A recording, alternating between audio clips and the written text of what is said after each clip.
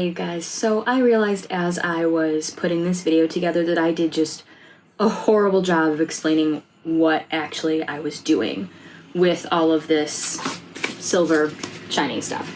So, obviously it's already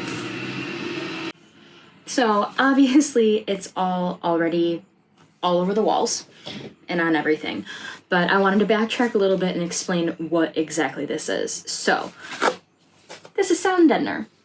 The sound deadener basically exists. It's not going to be a sound barrier. I mean, it does have mild sound barrier qualities, but that's not really what we're looking for here. This is going to be a basically anti-vibration piece. As you apply this, it's actually really, really easy to do. It peels off. It's just a big sticker. And this is essentially made of rubber, butyl maybe? I think it's made of butyl actually. Lots of butyl in this build. Made of butyl. There are some kinds that have a layer of asphalt involved, and I don't know. I honestly didn't do enough research to discover what precisely that does. I do know that those kinds were cheaper, so that leads me to believe that maybe it's a not as good a quality product as the ones that are just butyl. There are some other brands of this. There's a Rattle something, and Noiko or other brands. I went with the Kill Mat simply because it was on sale. I got it on Amazon and it was on sale for cheaper than the cheaper brands would have been, so my decision was pretty easy. To apply this, peel off the backing and you can see all of these ridges on here. So to apply, you peel off the backing, you stick it where you want it to go, and then you have to smooth it out. The manufacturer recommends that you smooth it to the point that all of the ridges are gone so that you know that it has the best possible contact with the piece of sheet metal. So there are a couple ways to do this. I've seen people online do it with like, not a credit card, but like a piece of thin plastic, or I don't know if you've ever applied like transfer stickers. Sometimes they send you that plastic thing with like the felt edge. I think that would probably work pretty well too.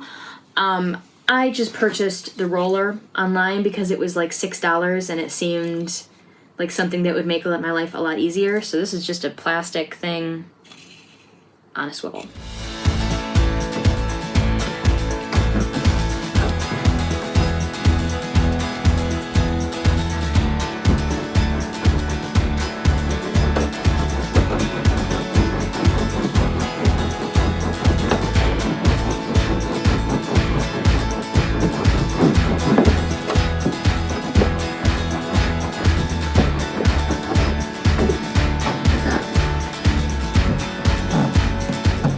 Because it has such a high density, what it's going to do, and because it flexes.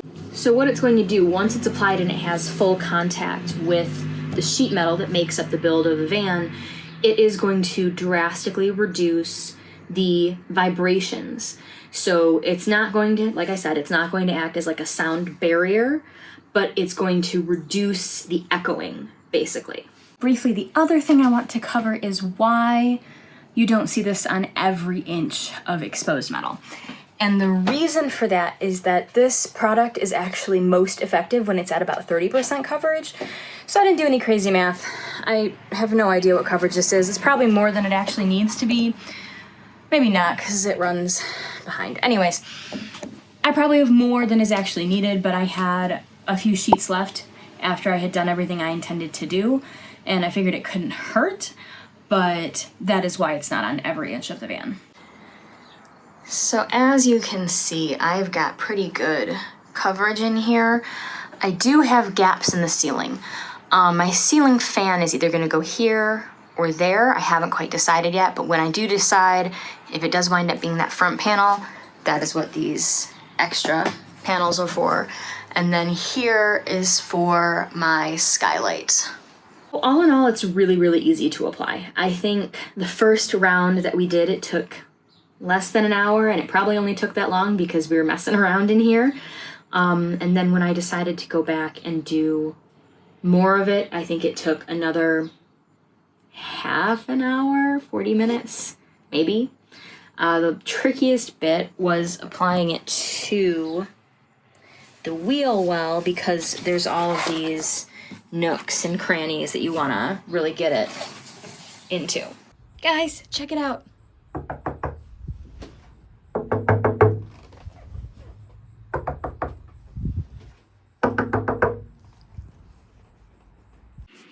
So, all said and done, the sound deadener project was super simple.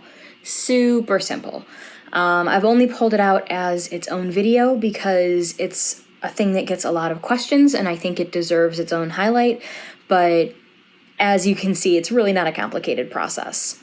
This project was happening in conjunction with my first video, so that waterproofing and the rust protection, this was going on at the same time. Once I had everything cleaned in there, the walls were pretty much prepped and ready for me to apply this. So that brings us from July 22nd to August 4th, 1 week and 4 days from when I purchased the van. The total for this project was $70.58, bringing my total build to $251.76.